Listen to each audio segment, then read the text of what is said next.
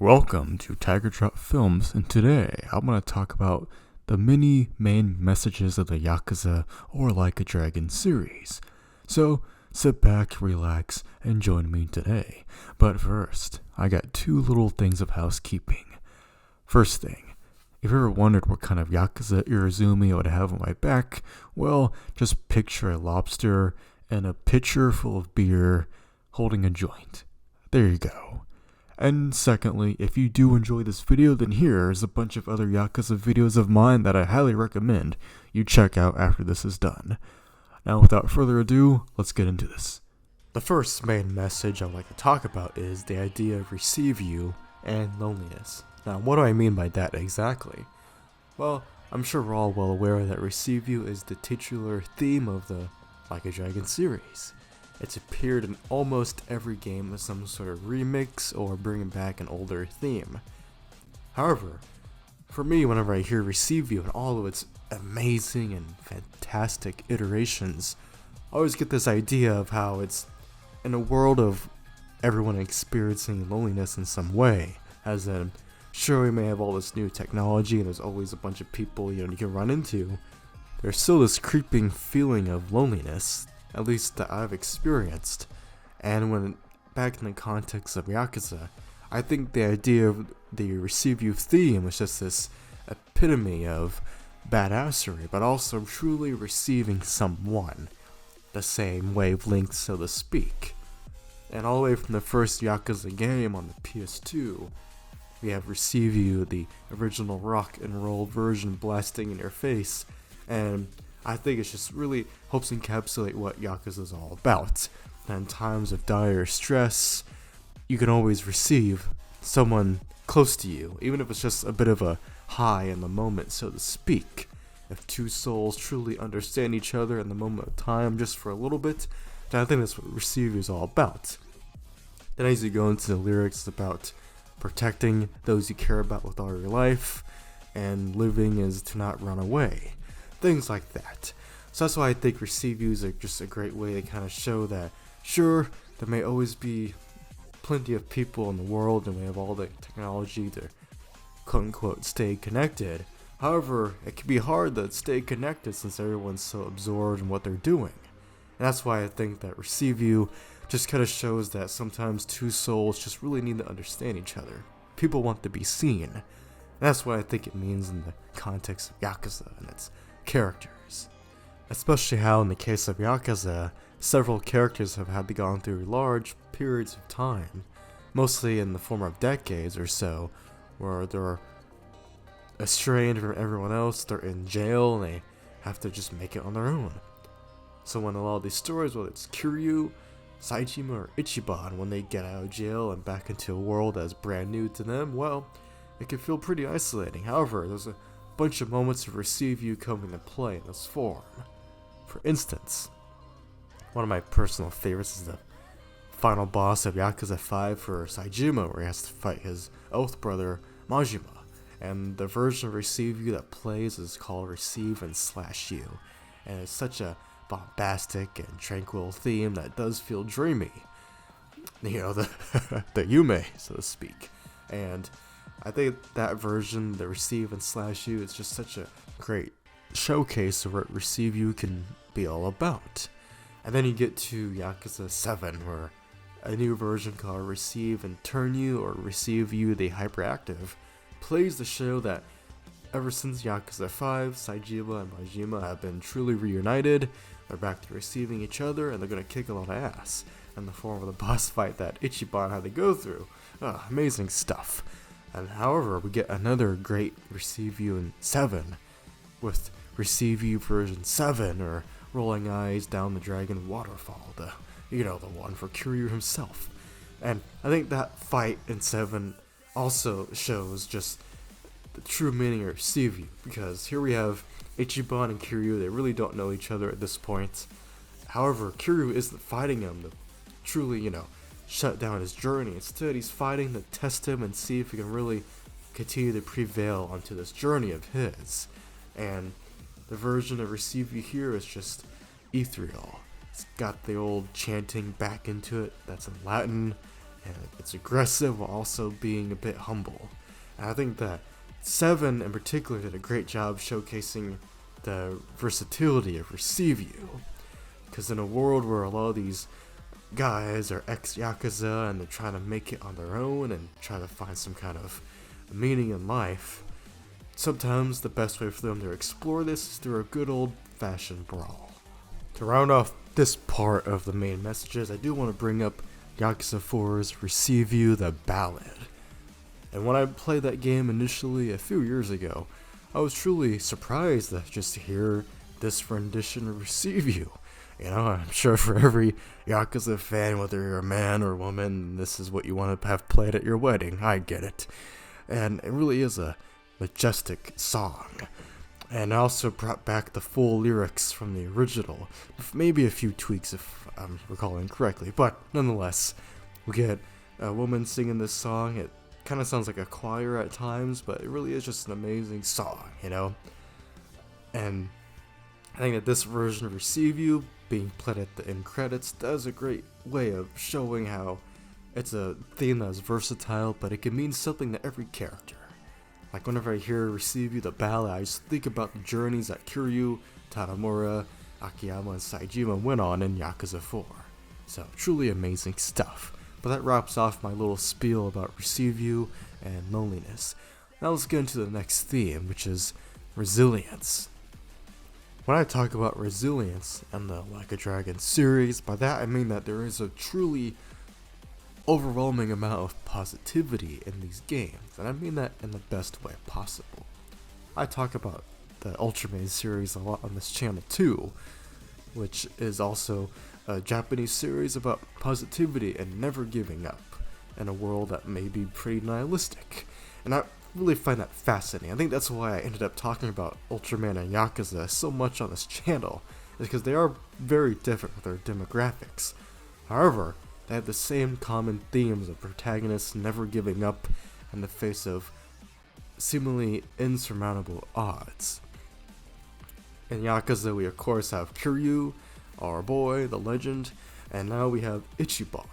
And Ichiban is just the friend that everyone probably should be, or should at least have one of these friends in their life. And yeah, they may be few and far between, but Ichiban is like, he's like the ultimate imaginary friend, you know what I mean? He's always there for people. Like, when I think about Ichiban, sure, he is the dragon of rock bottom. He gets up time and time again, as we saw in 7 and 8. However, one thing about Ichiban that I really admire is how he truly makes time for everyone. In 7, he sat down and didn't give up on Namba when Namba seemingly turned against us, and when he first met Psycho and we learned about the death of the Soapland owner, he still sat down and was there to be there for Psycho. That was really touching. And then, of course, we get to see how he interacts with Jungi-Han and Zao, and in 8, what we saw that Ichiban did of Namba and Psycho in 7, he does again in 8, where he sticks out for Tomizawa and Chitose. Even if both of them kind of betray him a little bit at some points, he's still there for them. He sees the true value of their friendship. You know, Ichiban may be a bit crazy, but I think this is the kind of good crazy that is truly hard to master. So I think Ichiban himself is the encapsulation of resilience in the Like a Dragon series. That you always have to keep giving it your all. Even if you fall flat on your face and get completely humiliated at times, you have to get back up. Because ultimately, I think that in life, people don't necessarily care if you fail, but they will notice if you succeed. And at least with Ichiban, he never gives up and he keeps trying. And that's why I think he's just such a great protagonist to help pivot this series into some new territory while still being true to itself. And another character I want to talk about when it comes to resilience would have to be Majima. Oh yeah, the old mad dog of Shimano. And while his story may have been sidelined for a good portion of these games, I really admire that Majima's always stuck to his guns, or stuck to his demon fire blade, so to speak, by still being himself and forging his own path. And when the time comes to throw a few punches, he's always there. You see throughout the series that he's always had a bunch of emotional turmoil holding him back, but he always gets back up. And I do think that he's one of the great examples of a good bro in this series.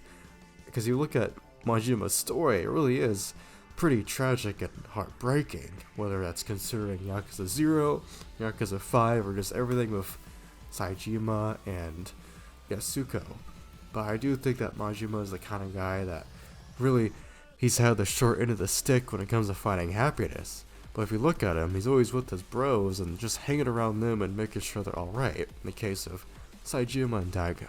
So I think Majima is definitely a great example of resilience in the series. I know that when looking at these games in a vacuum, especially since a lot of them occur right after each other, then yeah, there really isn't a lot of quote-unquote happy periods for these characters. But I think it's really about the moments that count.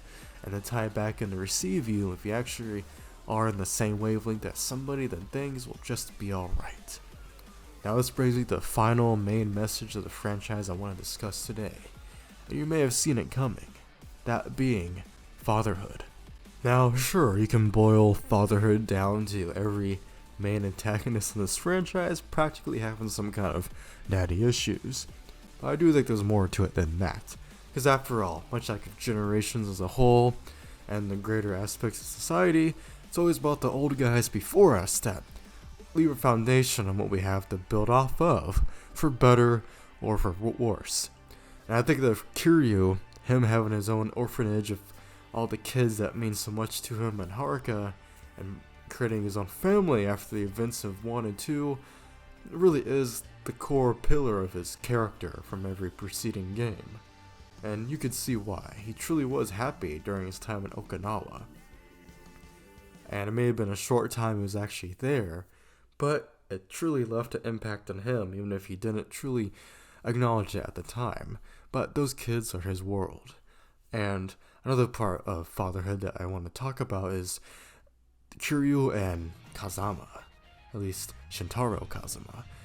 By that I mean, I've talked about this a bit in my video about Joji Kazama, but I do think that Kiryu's final moments of Shintaro Kazama in Yakuza 1 was a truly important moment for him, because while sure he may have learned that Kazama originally killed Kiryu's parents, for Kiryu that didn't really matter.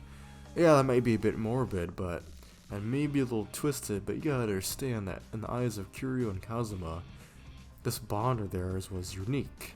It was special.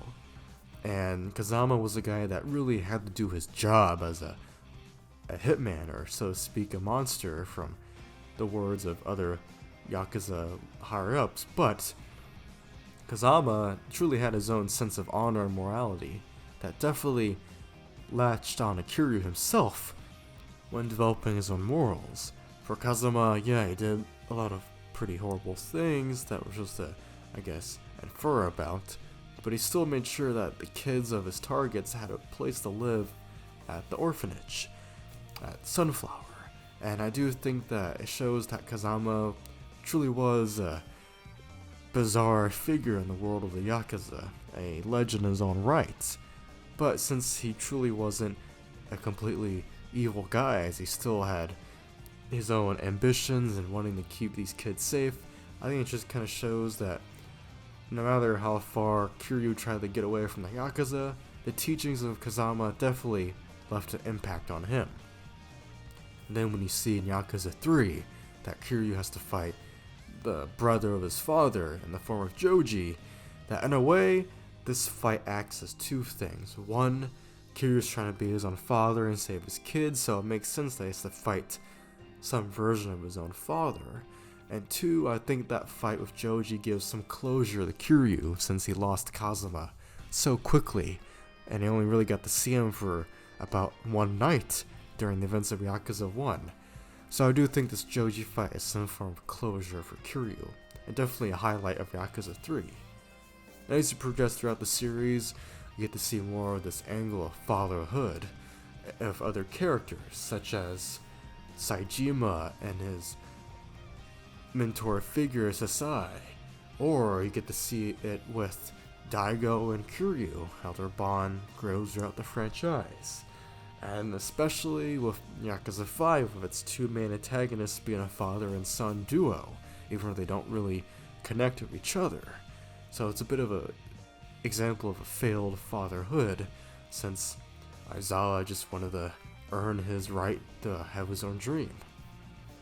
And then Yakuza 6 and 7 delve into the themes of fatherhood even more, with the Yakuza 6 practically revolving its whole themes around fatherhood, with all the characters in Hiroshima and Kiryu's relationship with Haruka and Haruto. And then you get the 7, which is pretty much about Ichiban trying to be a good man in the eyes of Arakawa and living up to his legacy, which is another parallel to Kiryu and Kazama in my eyes at least. So fatherhood is definitely a core pillar of the Yakuza series, alongside themes of resilience and receive you and loneliness. So in conclusion, I think the Yakuza franchise is truly an amazing soap opera that you can dive into and pull so many themes and individual experiences from. Truly is a unique series in the world of gaming and just storytelling in general. So, thank you guys so much for watching. I'm grateful for all the views I get. Please let me know in the comments what you think the main themes of Yakuza are. And please be sure to like and subscribe, and I'll definitely see you guys in the next one, because I got more cooking. Tiger Drop Films, out.